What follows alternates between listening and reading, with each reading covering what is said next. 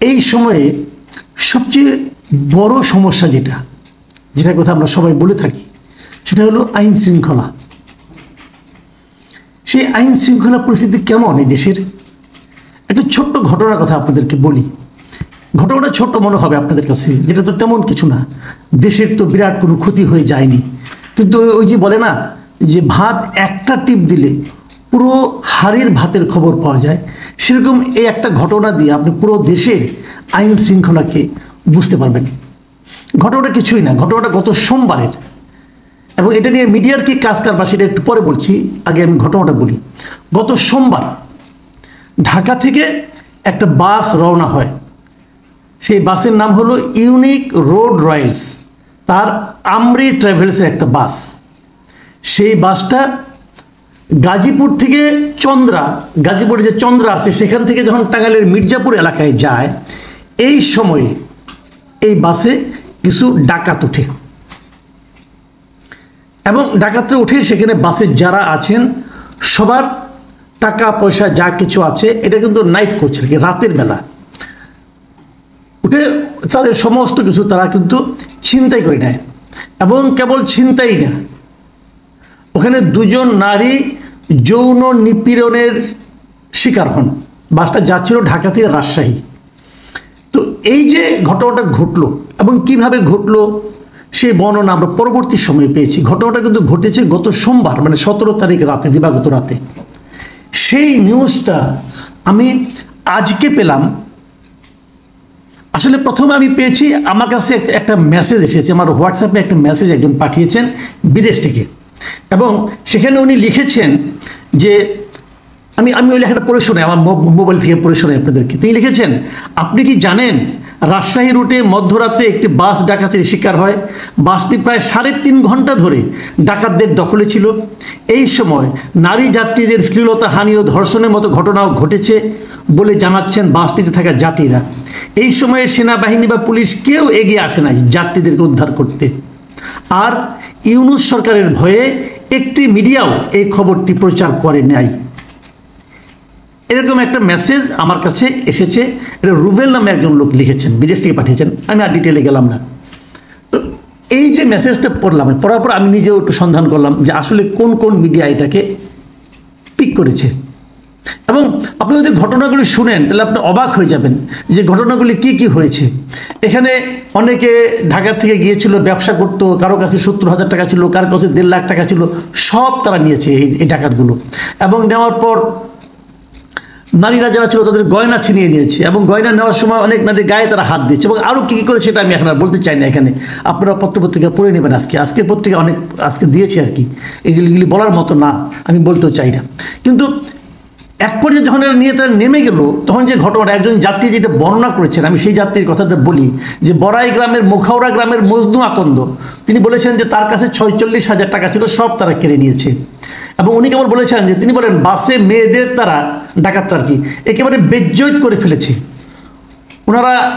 উনি আরও বলেছেন মেয়েরা এমনভাবে চিৎকার দিয়েছে যে তারা অনুভব করেছেন ডাকাতরা তাদের ক্ষতি করে ফেলেছে। ভদ্র ভাষায় এর চেয়ে বেশি আর কী বলবেন উনি।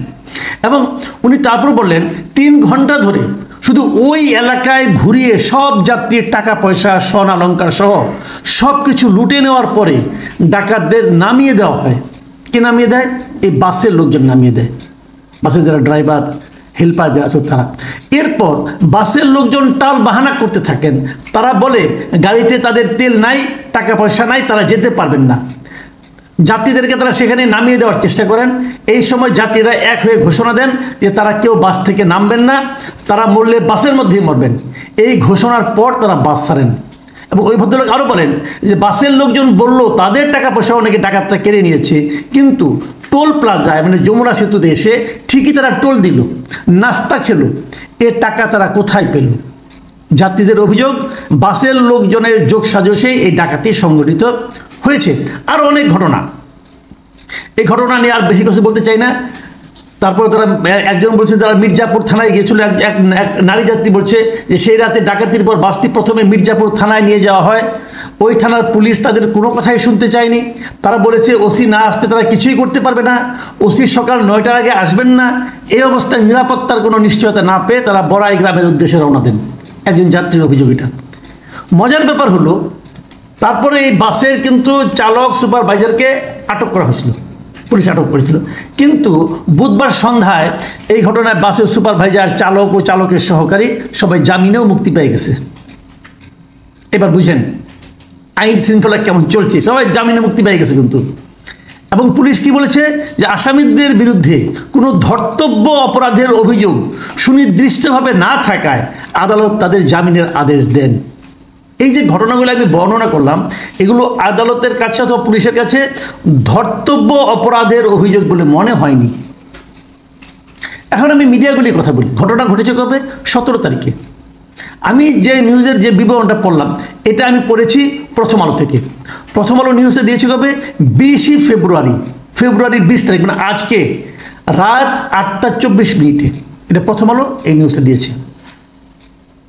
অন্যান্য সব যত পত্রিকা দেখলাম সবগুলি পত্রিকা এরকম 20 তারিখে, মানে আজকেই এই 1-2 ঘন্টার মধ্যে সবাই নিউজগুলি দিয়েছে। একমাত্র দেখলাম একটা পত্রিকা, সেটা হলো আজকের পত্রিকা, তারা 18 তারিখেই দুপুরে নিউজটা দিয়েছে।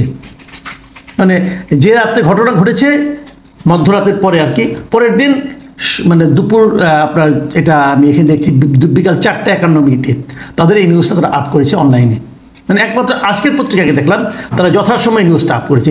ওই যে দর্শক, ওই যে আমার একজন আমাকে মেসেজ পাঠিয়েছেন যিনি, তিনি যে বলেছিলেন যে কোনো পত্রিকা এই নিউজটাকে তুলছে না কেন, এত বড় একটা ঘটনা, এটা আজকের পত্রিকা ছাড়া সবার জন্য মনে হয় প্রযোজ্য। আরেকটা পত্রিকাকে দেখলাম বিডি নিউজ 24, তারাও দিয়েছে আরও একদিন পরে, মানে 19 তারিখে। মানে 18 তারিখে আমি একমাত্র আজকের পত্রিকাকে দেখলাম যে তারা নিউজটা কভার করতে পেরেছে। সংবাদপত্রের দায়িত্বটা কি? আমরা দেখেছি, আমি যে অনেকদিন সংবাদপত্রে কাজ করেছি, আমি দেখেছি মেরুদণ্ডহীন মালিক যারা থাকে অথবা ধান্দাবাজ মালিক যারা থাকে, মেরুদণ্ডহীন সাংবাদিক যারা থাকে, তারা করে কি জানেন? ওয়েট করে। এরকম কোনো একটা মানে খবর পেলে তারা চিন্তা করে এটা কি দেবো নাকি, সেলফ সেন্সরশিপ, তারা ভাবে এটা কি দেবো নাকি দেবো না। আচ্ছা কাজ করি, দেখো অন্য কেউ দিয়েছে কিনা, অন্য কেউ দিলে তারপরে দাও, মানে দায়িত্ব নিজের কাছে কেউ নেবে না। কিন্তু ঘটনা তো ঘটেছে ভাই, আপনার কাজটা কি, দায়িত্বটা কি আপনার? আপনি কাকে সেভ করতে চান? আপনি এই খবর না দিলে কি ঘটনা ঘটবে না? আপনি এই খবর না দিলে কি মানুষ, এদেশের মানুষ আইন শৃঙ্খলা নিয়ে মহা খুব শান্তির চিন্তা করবে? তা তো করবে না। তাহলে কেন এমন হচ্ছে? আমাদের মিডিয়ার আমি মনে করি আরও সচেতন হওয়া উচিত, আরও দায়িত্ববান হওয়া উচিত। আমাদের মিডিয়ার এমন কিছু করা উচিত যাতে নাকি সাধারণ মানুষ মিডিয়ার দিকে তাকিয়ে থাকে, মিডিয়ার উপর ভরসা করতে পারে। আর এই আমাদের তত্ত্বাবধায়ক অন্তর্বর্তীকালীন সরকারের যিনি স্বরাষ্ট্রমন্ত্রী, ওনাকে আমি কিছু বলতে চাই না, কারণ উনি বয়স্ক মানুষ। আমার ধারণা যদি কিছু বলি এটা উনি একটু করে ভুলে যাবেন, কাজে ওনাকে বলে আর কিলাম। প্রিয় দর্শক, এটাই বোধহয় আমাদের নিয়তি। এখান থেকে কবে মুক্তি পাবো অথবা আদৌ পাবো কিনা বলতে পারি না। শেষ করার আগে আজকের পত্রিকা কর্তৃপক্ষকে আমি ধন্যবাদ জানাতে চাই যে আপনারা ঠিক সময়ে নিউজটা কভার করতে পেরেছেন। আল্লাহ হাফেজ।